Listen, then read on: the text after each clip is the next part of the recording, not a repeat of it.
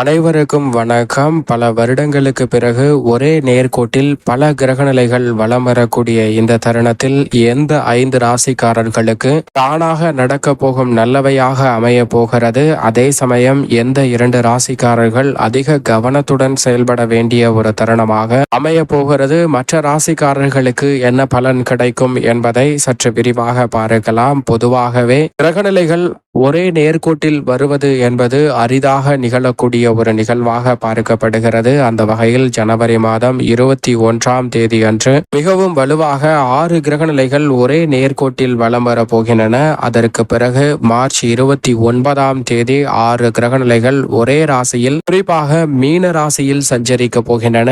இப்படி அடுத்தடுத்து கிரகநிலைகளில் ஏற்படக்கூடிய மாறுதலும் வானில் நடக்கக்கூடிய அதிசயமான நிகழ்வுகளும் மிக சிறப்பான அதிரடியான முன்னேற்ற வாய்ப்புகளை உறுதியாக மனித வாழ்விலும் மனித குலம் மேம்படக்கூடிய வகையிலும் சிறப்பான வாய்ப்புகளை உருவாக்கி கொடுக்கிறது என்பதுதான் யதார்த்தமான உண்மை என்பதில் சந்தேகமே இல்லை. அந்த வகையில் கிரகநிலைகளின் அமைப்பை பார்க்கும் போது ஒரே நேர்கோட்டில் மிகவும் வலுவாக குரு, சனி, ராகு, கேது, செவ்வாய் மற்றும் சுக்கிரன் ஆகிய 6 கிரகநிலைகள் ஒரே நேர்கோட்டில் வலம் வர போகின்றன. அப்படி ஒரே நேர்கோட்டில் இந்த 6 கிரகநிலைகள் வலம் வரக்கூடிய இந்த தருணம் என்பது எதிர்பார்ப்பதை காட்டிலும் அதிரடியான முன்னேற்ற வாய்ப்புகளை இந்த 5 ராசிக்காரர்களுக்கு அமோகமாக அள்ளி கொடுப்பதற்கான முதன்மையான யோகத்தை ஏற்படுத்துகிறது. ஏனென்றால் இந்த 6 கிரகநிலைகளை ஒப்பிட்டு பார்க்கும் போது இந்த 5 ராசிக்காரர்களுக்கு அமோகமான யோக சூழலை உருவாக்கி கொடுக்கிறது. எனவே இந்த 5 ராசிக்காரர்களை பொறுத்த வரைக்கும் தாமாகவே பல அற்புதமான நல்ல வாய்ப்புகளும் சந்தர்ப்பங்களும் தடையில்லாமல் கைகூடுவதற்கான முதன்மையான யோகம்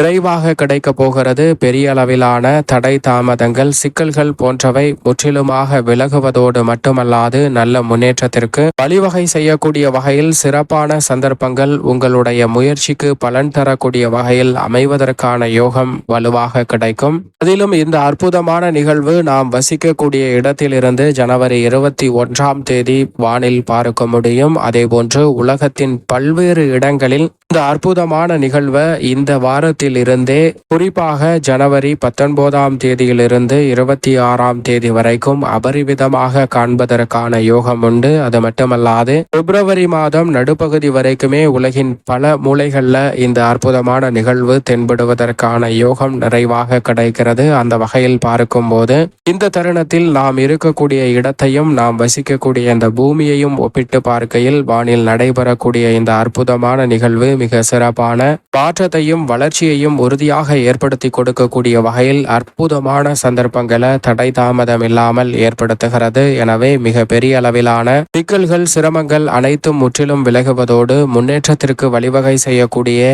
இனிமையான சந்தர்ப்பமும் உங்களை தேடி வருகிறது. அந்த வகையில் எந்த 5 ராசிக்காரர்களுக்கு அமோகமான யோகம் இந்த வேளையில் கிடைக்க போகிறது, ஒரே நேர்கோட்டில் 6 கிரகநிலைகள் வலம் வரக்கூடிய இந்த வேளையில் என்று பார்க்கும் போது அபரிவிதமான நன்மையை பெறக்கூடிய ராசிகளாக முதன்மையாக மேச ராசி, கடக ராசி, கன்னி ராசி, விருச்சக ராசி மற்றும் மகர ராசி, இந்த 5 ராசிக்காரர்களுக்கு அமோகமான யோகம் உண்டு. அதிலும் குறிப்பாக 7.5 சனி துவங்க இருக்கக்கூடிய மேச ராசிக்கும் 7.5 சனி நிவர்த்தி அடையக்கூடிய மகர ராசிக்கும் அமோகமான யோகம் வலுவாக கிடைக்கக்கூடிய அற்புதமான தருணமாக அமைய போகிறது. மேச ராசிக்காரர்கள் 7.5 சனி துவங்குவதற்கு முன்னதாக இருக்கக்கூடிய இந்த சந்தர்ப்பத்தை சரியாக பயன்படுத்தி கொண்டால் 2இல் குரு, 11இல் சனி, யோகஸ்தானமாகிய 6இல் கேது என அற்புதமான நிகழ்வுகளும் லாபத்தில் சுக்கிரனும் வலம் வரக்கூடிய இந்த தருணம் எதிர்பார்ப்பதை காட்டிலும் தன லாபத்தையும் பொருளாதார ரீதியான வளர்ச்சியையும் நிறைவாக சந்திக்க முடியும். 7.5 சனியில் ஏற்படக்கூடிய விரயங்களை தவிர்த்து எதிர்காலத்தை பற்றிய அச்சம் நீங்கி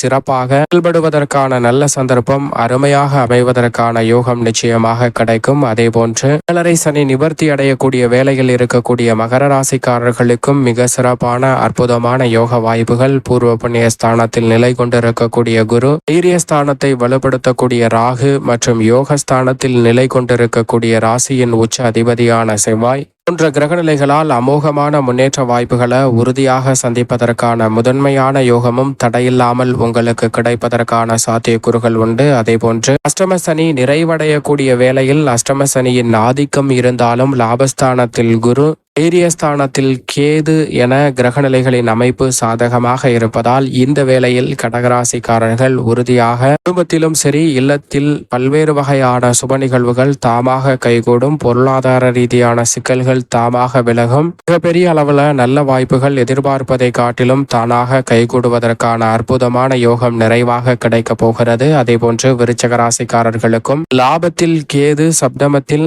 குரு, மிக வலுவாக சுகஸ்தானத்தில் சுக்கிரனுடன் இணைந்து சனி என அற்புதமான கிரக அமைப்புகள் நிகழ்வதால் இந்த வேளையில் விருச்சக ராசிக்காரர்களுக்கும் சுட்ட காரியங்கள் அனைத்திலும் மிக சிறப்பான வெற்றி வாய்ப்பும் முன்னேற்றத்தையும் வளர்ச்சியையும் உறுதியாக சந்திக்கக்கூடிய வகையில் மிக அற்புதமான நல்ல தருணங்களும் தடையில்லாமல் கைகூடுவதற்கான முதன்மையான அதிர்ஷ்ட யோக வாய்ப்புகள் கிடைக்க போகிறது. அது மட்டுமல்லாது தங்களுடைய வாழ்வில் மிக பெரிய அளவில் சந்தித்து வரக்கூடிய தடை, தாமதம், சிக்கல்கள் போன்றவற்றை விலக்குவதற்கான யோகமும் வலுவாக விருச்சக ராசிக்காரர்களுக்கு கிடைக்கும். அதோடு மட்டுமல்லாது கன்னிராசிக்காரர்களுக்கு 9ல் குரு, 6ல் சனி என யோக பலன உச்சபட்ச அமைப்புல சஞ்சரிக்கக்கூடிய இந்த வேளையில் எதிர்பார்ப்பதை காட்டிலும் அமோகமான மாற்றம் தடைதாமதம் இல்லாமல் உறுதியாக சந்திப்பதற்கான முதன்மையான யோகம் இந்த தருணத்தில் கிடைக்கிறதுங்க. எனவே கன்னிராசிக்காரர்களுக்கு மிகவும் வலிமை வாய்ந்த குரு, சனி ஆகிய இரு கிரகநிலைகளும் உச்சபலத்துடன் வலம் வரக்கூடிய இந்த தருணம் அனைத்து விதமான காரிய தடைகளையும் தவிடுபடியாக்கி நிறைவான வளர்ச்சியையும் முன்னேற்றத்தையும் உறுதியாக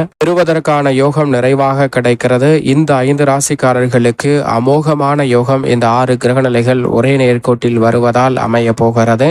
எந்த 2 ராசிக்காரர்களுக்கு மிகவும் சாதகமற்ற சூழலாக அமைய போகிறது என்பதை ஆராய்ந்து பார்க்கும்போது ஜென்மசனியின் ஆதிக்கம் நிறைந்த கும்பராசிக்காரர்களுக்கும் பிரயசனியின் ஆதிக்கம் நிறைந்த மீனராசிக்காரர்களுக்கும் மிகவும் சாதகமற்ற சூழலாக பார்க்கப்படுகிறது. ஏனென்றால் கும்பராசிக்காரர்களுக்கு ஜென்மசனியின் ஆதிக்கமும் ஜென்மத்தில் சுக்கிரனும் சுகஸ்தானத்தில் வக்ரகதியில் குருவும் சஞ்சரிக்கிறார். அஷ்டமத்தில் கேதுவும் அமர்ந்திருக்கிறார். இப்படி சாதகமற்ற சூழல் பெருவாரியாக நிலவுவதால் அதிக கவனம் மிகவும் முக்கியமாக கும்பராசிக்காரர்களுக்கு இந்த வேளையில் தேவை. ஆனால் இதற்கு பிறகு வரக்கூடிய தருணம் அமோகமான முன்னேற்றத்தை வலுவாக அள்ளி கொடுக்கும். மேலும் மீனராசிக்காரர்களுக்கு இந்த தருணத்திலும் சரி இதற்கு பிறகும் சரி அதிக கவனத்துடன் செயல்பட வேண்டும். ஏனென்றால் ஜென்மசனியின் ஆதிக்கம் துவங்க போகிறது. இது மட்டுமல்லாது ஜென்மத்தில் சுக்கிரன் உச்சமும் பெற போகிறார். எனவே மீனராசிக்காரர்கள் அதிக கவனத்துடன் செயல்பட வேண்டும். நடுநிலையான பலன்களை பெறக்கூடிய ராசிகளாக ரிஷபராசி, மிதுன ராசி, சிம்ம ராசி, துலாம் ராசி மற்றும் தனுசு ராசி போன்ற ராசிக்காரர்கள் நடுநிலையான பலன்களை பெற போகின்றன. பெரிய அளவில் பாதிப்பும் பெரிய அளவில் நன்மையும் கிடைக்காத ஒரு அமைப்பு தான் இந்த 5 ராசிக்காரர்களுக்கும் உள்ளது என்பது யதார்த்தமான உண்மையாக பார்க்கப்படுகிறது. எனவே இந்த 6 கிரகநிலைகள் ஒரே நேர்கோட்டில் வலம் வரக்கூடிய இந்த வேளையில் 5 ராசிக்காரர்கள் அமோகமான யோகத்தையும் 5 ராசிக்காரர்கள் பெரிய அளவிலான சிக்கத்தை சந்திக்காமல் அதே சமயம் பெரிய அளவிலான யோக பலன்களையும் சந்திக்காத சூழல் உண்டு. ஆனால் இரு ராசிக்காரர்கள் அதிக கவனத்துடனும் விழிப்புணர்வுடனும் செயல்பட வேண்டும். மேலும் சாதகமாக மாற்றிக்கொள்ள நிச்சயமாக அனைத்து ராசிக்காரர்களுமே அருகாமையில் உள்ள ஆலயம் சென்று 9 தீபங்கள் ஏற்றி வழிபாடு செய்யுங்கள். மிக சிறப்பான நல்ல வளர்ச்சியும் உறுதியான முன்னேற்றமும் தடையில்லாமல் உங்களை தேடி வருவதற்கான அமோகமான யோகம் நிச்சயமாக கிடைக்கும் என்பதில் சந்தேகமே இல்லை.